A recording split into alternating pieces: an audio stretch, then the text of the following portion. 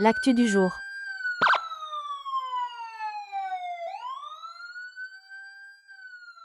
Manao daholo tsika rehetrarehetra ankoatran'ny amin'ny fanjakana izay mikarakara an'ity TV-ny ity. Tonga dia hoe nasiantsika resaka androany. Ity fanjakana ity zany mitady ohatra nefa hoe atokotoko tena zany sahady mitady ohatra ny mieritreritra zany ohatra ny hoe tena fitondrana lamim-bahoaka zany zareo dia mitady anaonao foana. Itenenako an'izany minisitra ny fitsarana efa mikitikitika ny député anay Anarivomamo Rajerson Antoine mitady hanala ny immunité-any dia kitikitika anazy gadraina tsy gadraina.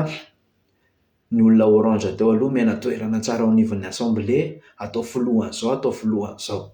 Dia raha nametra-panontaniana ihany ny vahoaka malagasy hoe fitondrana toy inona zany ity, dia izao izy efa manomboka mazava tsara.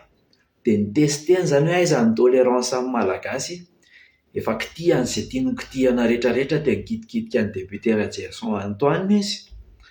Dia hita fa mamay ilay izy dia mody mihemitra indray ary mikitikity konkoa any io ahitana an'izany komondra eto amin'ity firenena ity zany e. Dia rehefa tsy ampy anazy izay dia niditra indray izy tamin'ny fikitihana ny vahoaka malagasy. Notsapaina mihitsy hoe hatraiza ny tolérance, hatraiza ny fandeferan'ireto vahoaka malagasy. Dia teo amin'izay ilay tonga ilay resaka amin'ny voiture motorisée na voiture moteur zany. Taxe amin'ny resaka an'io manana tôbila lahy.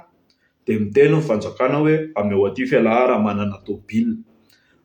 Manana zavatra ampiasainy alato izy ny fanjakana hoe fa manino ny alahy manana tôbila, meo anay aty ny vola tokony anjaranay. Hatreo no atahoata. Fa manomboka eto amin'izay dia fanontaniana tena maritra ilaina valiana. Voalohany, mazaka mandoa an'izany ve ny vahoaka malagasy tsirairay? Faharoa, rehefa mandoa an'io taxe io ve izy makaiza tsara ny vola izay ho alainy? Izahay mahafantatra tsara hoe ny vola izay alaina amin'ny malagasy rehetrarehetra ve mba tonga soma tsara any amin'ny tanjona tokony hametrahana anazy. Tsy ny paosinareo fanjakana ve no mibotsina amin'ny fangalana an'io taxe sur voiture moteur io? Fa angaha maika hiongana be nareo ry mpanina no efa hita fa zavatra mamay be io mbola hidirana ihany dia mbola proposena ao anatin'ny assemblée nationale ihany. Nisy information vao hitako teo hoe 300 milliards ny dépense présidentielle, zany hoe 600 000 ariary par minute hozy izy ilay publication. Ahoana ny famarinan'izay? Dia izay konkoa ve antony tsy maintsy ilain'ny fanjakana vola maika dia maika? Anteny izahay hoe raha vao io assemblée nationale io fa tsy misolo tenanay vahoaka, olona tsy mahalala ny fahorianay vahoaka akory anie zany e. Aminareo mandoa an'izany taxe zany mety ohatran'ny hoe izany ny goûter an'ny zaza, fa aminay vahoaka malagasy zany hoe mandoa an'izany taxe lafo be zany ohatran'ny hoe tena mangary paosy direct mihitsy ary tena hoe économie mandritra ny ray volana mihitsy izany vola alainareo amin'ny tômôbila zany. Dia raha niteny izahay hoe raha vao ny assemblée nationale fa tsisy ilaivana anareo e, nareo tsy mahafantatra ny fahorianay malagasy e, dia ozy izy nareo hoe tsy izany ny fandehan'io zavatra io. Dia izao nefa nareo mitady hanala ny immunité an'ny député, mitady hifidy handany hanala ny immunité an'ny député anay avy Anarivomamo. Dia izao indray koa ianareo manao proposition hanalalana hangaronana amin'ny paosinay vahoaka izay tokony arovanareo.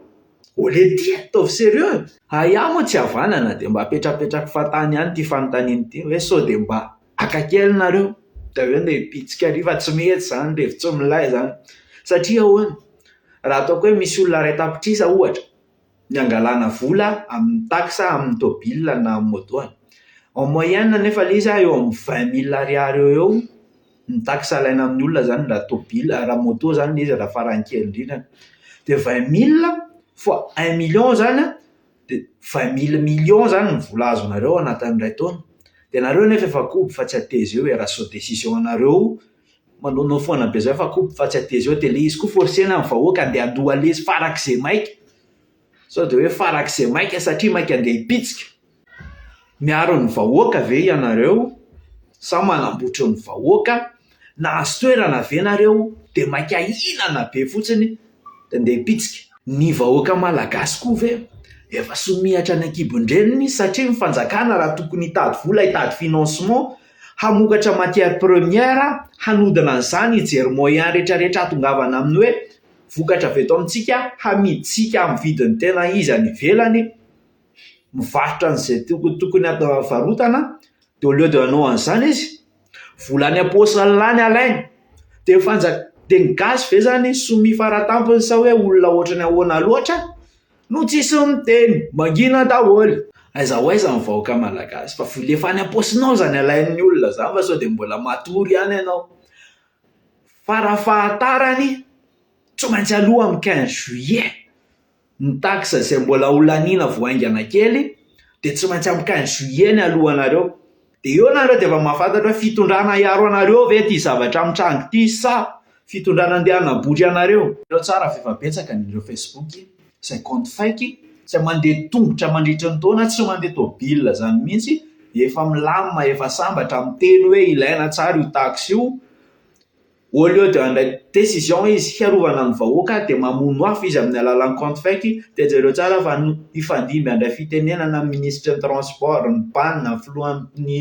filohan'ity fanavaozan'ity hoe en fait amono afo ry zareo hoe tsy mety io na jereo arirarirana eo tsika jereo tsara fa hiala ao apositsika io vola io ary jereo tsara koa fa tsy ho tonga any amin'ny zavatra tokony tena ilaina anazy io zavatra io fa ritra fotsiny ny paosin'ny malagasy dia aveo miala ry zareo dia tsika mihina amin'ny vatany eto foana hohaniny eto foana ny gasy rehefa mbola tsy teny ny gasy dia aleo miaraka vetavetain'ny olona eto ilay rehetra L'actu du jour.